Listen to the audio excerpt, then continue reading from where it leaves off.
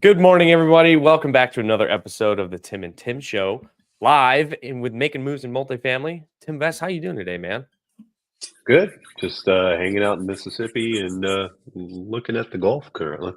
Well, how's it look? Hopefully not stormy. No, it's very, very flat right now. Very calm. Um, much Calm, unlike last week. calm before the storm. Isn't there another one coming off the storm, off the coast there? Man, don't even say that. Uh, yeah. Anyways, all right. Unfortunately, last week we had a horrific hurricane. Hurricane Helene, I believe is how you pronounce it, not Helen, Helene. Absolutely decimated Atlanta, Georgia, Valdosta, Georgia, uh, Greenville, South Carolina, Greenwood, South Carolina, and the whole entire west side of North Carolina and a lot of eastern Tennessee. So that whole, Appalachian Trail area, Blue Ridge Mountains area, Asheville, North Carolina.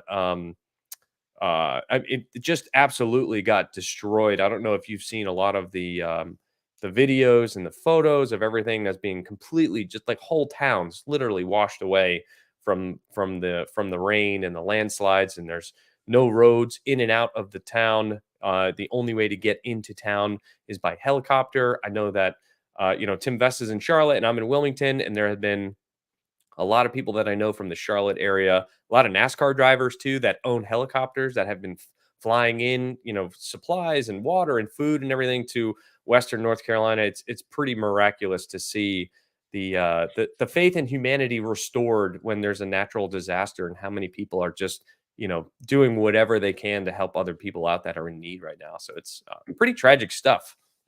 Yeah, it's been pretty crazy. I mean, I've lived here a long time, and I've never seen anything like this. And at least in the western side of the state, I've seen the eastern side flood. I've seen cities, have to deal with hurricanes and stuff, but I've never I've never seen literally entire towns literally wiped off the map. Yeah. Um, uh, and then you never think about this, but like Asheville, North Carolina, I think there's some roads open now, but for 3 or 4 days there, there's no in or out. You can't get in or out of Asheville, North Carolina. Every single road had some sort of damage to it. It's just crazy to think that those guys were landlocked up there. Yeah. Um, um, really, really, really sad. Tim and I know some guys personally who have been more impacted than we were. Know some guys who have literally lost their properties. They're not there anymore. Yeah. Um, in fact, we saw, a friend of ours, Sam, shot us a picture of a friend of his who had an Airbnb, and it was water was rising, and then the next photo it was just gone. Like the water didn't rise over it, the house washed away. It's just crazy to think that that happened. So Yeah. yeah, crazy stuff, guys. Yeah. So, what an eventful weekend. Tim Vest was at one of our properties doing some property cleanup and removing trees, and our construct our maintenance guys were working all weekend, and our regional manager and VP, everybody was there, hands on, bought a lot of chainsaws, did a lot of work in order to help remove the brush and get the trees off the roof and tarp the roofs up, so to mitigate the water damage. And it's pretty remarkable to see, just how quickly everybody was able to deploy and get their hands dirty and pitch in to help out, because there's just mass destruction everywhere. So as much as you want to get something done or fixed or replaced, you can't, because everybody's getting something fixed or replaced, and there's just not enough Yeah. people, not enough vendors to go around to do all the work. So just it's been really heartwarming to see, how much people are willing to help out in times like this. Yeah, it's crazy. It's crazy. I was driving down there, and you start to just see tree after tree that's been cut off a road. And within 2 days, a lot of the roads in that part of the South Carolina had been cleared, but it starts to dawn on you as like there's no way emergency services did all this by themselves, right? There Hmm. was just too much. Yeah. And so you start to realize these are neighbors. These are neighbors literally walking down roads, cutting trees off roads, opening up roads for their community. Um, it was really kind of cool to see. Yeah. You know, you see, I was driving down there Sunday, and you see guys walking across the road over to their neighbor's house with a chainsaw in their hand, getting ready to help their neighbor take a chainsaw off the tree, or sorry, take a tree off their house or take something out of their yard. It's just really cool to see. Um, and then, like in our own little company here, you you turn around Saturday, and our VP Crystal's running a chainsaw. Tony and Kim, they're our renovation lead, and then one of our regionals. They're there with their kids taking care of a property. It was just really kind of cool to see.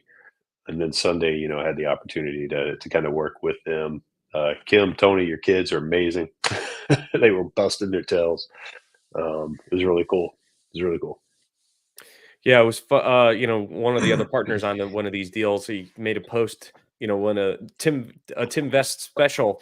So you want to be a landlord, don't you? And it's God. I mean, just the mental anguish, from the ownership side of things, of experiencing tragic loss or devastation, just things you can't predict, and it kind of makes you stop and think about, all of the problems that we've had with a lot of different things along the way. And like for insurance, for one, right? Everyone's talking about insurance, the last couple of days, because everyone's putting in claims. We had a couple properties, that had damage, and we were always complaining about how much the insurance has gone up. It's gone up. It's gone up. And we try to mitigate some of the risk by changing deductibles and keep the costs the same. And but here we are, and you start looking at some of these insurance policies where you thought, you're like, wow, this is a great rate. We're not increasing our insurance costs that significantly, but you look underneath the layer of the onion, and you're like, wait a second, we got $100,000 deductible here, and it is, we're on the hook for that $100,000. And it's just, man, it's just, you got to have reserves. You got to have, like, you got to be prepared for this kind of stuff. And I know that it's a difficult conversation with investors, because everyone gets upset when the insurance costs go up and distributions stop because cash flow is being squeezed. And then it's like, okay, well, we can do this, but then this could happen. And this is a prime example of, hey, we want to, we're going to take a little bit more risk on these properties because we don't believe that there's going to be a catastrophic event, and we bet wrong. And it's like, oh, well, now our cash flow was better, but it doesn't even come close to equating to $100,000 deductible. Our cash flow was better because our property insurance wasn't as expensive, but now we're on the hook for spending $100,000 as a partnership group because we try to, we made a risk, we made a bet, we bet wrong, and it just happens. Yeah. So there's pros and cons to every decision that you make when it comes to real estate, in the properties that you own, the properties that you manage. And if you're an LP investor, making sure that the people that are doing the operations for you, like your sponsor, like Tim and I would be your sponsors, making sure that they're doing the best thing for the property. Now, on the property that I'm talking about specifically, this is a JV deal that Tim and I own with two other guys. Like, we can make that kind of risk because we own it. We're not using other people's money, we're using our own money. But on properties that we don't use our own money, where we're syndicating them and we're raising money from investors, we make sure to have very, very good insurance coverage, because typically the property can't sustain having $100,000 loss at any given time. So you have to pay more insurance premiums, which reduces your cash flow, but it protects you in situations like this. So there's pro and con. Every single decision that you make when it comes to insurance Yeah. has a plus and a minus. And it's, I don't know anybody that makes the right decision every single time. No. And the one of the lessons is run through scenarios, right? As we were, full disclosure, guys, we've already started talking to some of our insurance providers, but in one of those, they were calling out, "Hey, this is what it is," and you start running through the scenarios, and you're like, "But when would I ever deploy that?" Like, I'm trying to think of a scenario when I would deploy this policy, and it was very tough to come up with a scenario, right? Like, the deductible's great. I mean, sorry, the premium's great. Deductible sucks. And then, they're like, yeah, but you could compound it. You can combine all of these, and then they can all count towards the deductible. And I'm like, but when would what's the scenario where that would occur, right? And Mhm. crickets, right? Yeah. Yeah, yeah. Silence, But it's still silence. 1%. Don't get me started on that one. Yeah. Um, but guys, I mean, here's a beautiful thing, like, right? Um, we're blessed. I got to be honest. Like, our properties are still there. And Yeah, no like we talked about earlier. catastrophic, the buildings are still there, they're still functioning. We had a handful of residents that had to be removed from the property because the decking fell Yeah, down and they couldn't get in or out of their property. So that was one thing.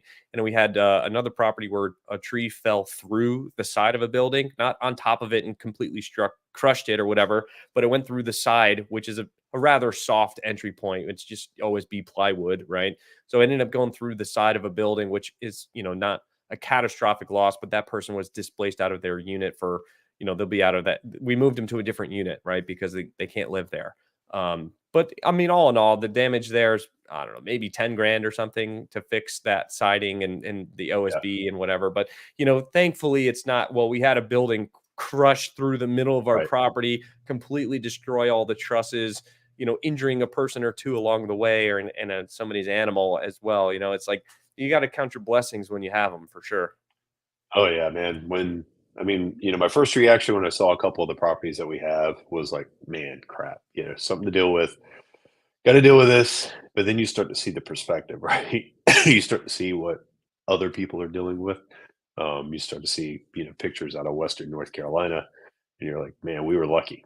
We were really, really lucky. Could have been a Hmm. lot worse. Hell, just driving to that section of South Carolina, um, seeing some of the other properties nearby, Yeah. and realizing that, hey, we had a tree down on one of our buildings. We had a tree down through the side of one of our buildings. Other than that, that was really the extent of it. Hmm. And man, we got lucky because we have property in South Carolina, guys. Yeah. we own Right. we own a lot of property up through this little area Corridor. where the storm came through. Yeah. Um, we got real fortunate, for sure. But it is what it is, and I do like it. I didn't even think about it. Like, it should have been. So you think you want to be a landlord, right? Yeah. Yeah. That's It's funny. My mom was here this weekend as everything was kind of unfolding, and I was, texting and kind of going through scenarios in my head of like the insurance deductibles. And, the biggest question always is where's the money come from, to fix the damage.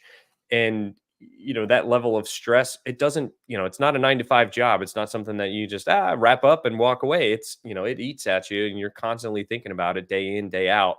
And I wouldn't have it any other way, right? I've come from the W2 world. Tim Vest came from the W2 world. I would much rather have these problems because I care, right? And it's something that means a lot to me. So, um, it's just figuring out these solutions to problems can be very, very, very taxing. And a lot of people, I mean, we know a lot of guys that own short-term rentals and they're just folding in and, not from the storm specifically, but just saying, this is too difficult. I don't want to deal with it anymore. Uh, I think part of the problem with social media is it makes owning and operating real estate look very easy, and it's far from it. yeah, Tim and I work a lot. I mean, our team works a lot. There's a lot of time and effort put into making these things run efficiently, making sure that the bills are paid, making sure that the residents are happy. There's a lot of different people that have to be included to run a successful business. And on social media you only see the highlights that makes it all look cupcakes and roses, right? But it's not all cupcakes and roses and rainbows. It's a lot of work, it's a lot of effort. It's Tim Vest was in Africa a couple weeks ago, and I know he was like 7 hours ahead, and I'm texting him at 2-3 o'clock in the morning because I'm up thinking about this kind of stuff, right? It just doesn't ever go away. And I don't want anybody to think that if you buy real estate you're just going to invest in real estate and kind of walk away from it, wash your hands with it and be done. There's so many catastrophic things that could happen. Fires. We've had building fires this year. We've had hurricane damage. We've had wind damage. We've had hailstorms. We've had what else? What haven't we had yet, Tim, except for a tornado and an earthquake? Hey, shut your mouth. I think we, I think we had locusts. Locusts, yeah, uh, killer bees. yeah, Lord. Yeah, no, I had forgotten about. Hey, I had forgotten about the fire at the pizza place next door. That was that was an interesting day. Yeah, Um, our building was fine, except for the blinds inside our building. and the Did fence. you? Yeah, and the fence. Guys, did you know that a fire across an alleyway can get so hot that it will melt the blinds inside your building across the alley? Um, true story. It happens. Yeah, Um, so, but man, like seriously, Jonathan, I appreciate it, man. Glad we're safe as well. Mostly glad that our tenants are safe. yeah. And Anthony, glad you're safe, brother. Like that Dude guy. slept in his truck. I mean, that tree could have fell on his truck. Yeah, yeah. Literally, I think he said that that's the spot where he typically sleeps. Um, but that's where he had been parking his truck. So glad you weren't there, buddy. Um, but hey, man, like, listen, one of the blessings here is that we've got good relationships with folks, right? Like, Tony and his team, family as well. We're out there Saturday morning getting this stuff taken care of. They worked all day Saturday, great crew. And then today, we're driving through. I'm driving through town, and I'm like, man, it's going to take forever to get a roofer out. It's going to take forever to get a company out to come clean this stuff up. Because yeah, guys, we got the trees off the buildings, we got the trees away from the buildings, but there were certain pieces that we just couldn't touch. Those things are too big. We don't have the equipment to handle some of these trees. Got the number one goal accomplished, which is off the building so that we can start working on our buildings, but we still got a lot of cleanup to do. Hey, guess what? One of our best tree guys, landscape guys, already on the property today. He's going to have that thing cleaned up in the next couple of days. Mhm. um, and you know grateful for those relationships for sure. I think sometimes, I'm a little bit of a soapbox here, I think sometimes people forget that treating people right along the way Yeah. comes in beautifully in situations like this, because literally on my way to the airport yesterday, this guy calls me. He's like, I can get there, I can have this cleaned up, we'll have you done in less than a week. And I promise you, there are plenty of people that are going to be going months without any of this stuff Months. cleaned off of their properties. Yeah, There's totally. just too much to be done. Mhm. um, so, we have good relationships with folks like that. We had multiple roofers on our property yesterday, I believe, giving us Yep. quotes. So, guys, like, this is going to get done. It's going to get done fast. Um, Mhm. and then, kind of along that same line, the kind of the description of this show today was reaction, action, and reaction. Well, some of the action we took was all this pre-storm prep that you do, sandbags, making sure tenants are aware, all that good stuff, making sure your staff's ready to go. But then the reaction stuff, you know, showing up on the property the next day, getting chainsaws, getting all this other stuff, getting tarps, getting equipment to take care of your buildings and stuff like that. But then calling your renovation crews. We had a renovation crew of 4 guys nearby that had been working on the inside of a building. Saturday morning, Friday night, Saturday morning, we're calling the guy that supplies us with those crews. We're like, hey, we need to pull your guys. We need to send them over here. It's all property cleanup at this point. They were like, 100%, let's go. So Mhm. extra guys right there, right? Like ready to go, ready to help us start cleaning up properties. So that's it's just being able to kind of mobilize and assemble teams and getting them out there to take care of the most pressing need. Because here's the thing, our renovations, guys, they're probably on hold for a good week or two. Oh, Um, yeah. yeah, because we got to get this stuff addressed. We got holes in roofs we got to take care of. Um, and any of these extra hands that we have that can get out there and help with this stuff, that's where they're going to go. Yeah, we normally have our construction call, and we still had it on Mondays, and basically all of the projects that we were working on was just like, okay, pause on everything across the board and Yep. reprioritize to make sure we're taking care of the properties and the residents, and those that have damage to their units need to be fixed immediately. It takes a lot to kind of pivot a whole. We had momentum, right? And that whole momentum gets thrown a wrench into it when you're working on these big projects with huge renovation budgets and a lot of crews on sites and doing interiors and exteriors and roofing and everything gets thrown into a wrench and your timelines get all screwed up. And it's shout out to one of our good friends, Chris Beatty here. He always talks about planning for the unplannable. And he would be the first person to tell you, sorry, I know that I'm too conservative when it comes to XYZ things, but he's like, how many times have I been involved in something where something like this happens, that black Yeah. swan event happens that throws off your timelines where you think you can get something done in 12 months, but it takes you a year and a half just because the market changed and a catastrophic event happened and availability changed. I mean, there's so many different variables that can happen, and that's why it's so good to make sure that you are including some level of contingency into your plan where you're like, oh, okay, well, I know I can renovate all of these units in 12 months, but I'm going to give myself a little bit of grace here and say that's going to take me 50% longer because I don't know what Yeah. I'm going to uncover while I'm going through it. So this is a great example of this hurricane kind of throwing a wrench into everything where, we were expected to be done with, one of these projects by the end of next week or this week actually. And now it's like, oh, sorry, like this might be pushed out to the end of October now, depending on work schedules and what, the order of priority that has to come. Because Yeah. how can you hold it against somebody when they're like, sorry, man, like somebody's affected by this hurricane. I got to go take care of, they got their whole roof ripped off. You still have a roof. It needs to be replaced, but you still have one. I have to go do this first. How many instances of that are you going to come across? And the other one I'm thinking about is HVAC systems. Trees falling down on HVAC systems, damaging them, rendering them useless. Every HVAC company in the area is going to be packed, like jam packed. There's not going to be any supplies. You're not going to have condensers in stock. I mean, you're going to have to wait 30 days to get one. Then you got to get somebody out there to replace it. I mean, you're the next 60 days is all going to be shooken up from the events that Yeah. took place this past weekend. Yeah, I think it may be even longer than that. Like, if you're buying stuff in the Carolinas right now, or even states close to the Carolinas, I would add a good 90 to 120 days to any plan you have, because these crews, they're going to be deployed.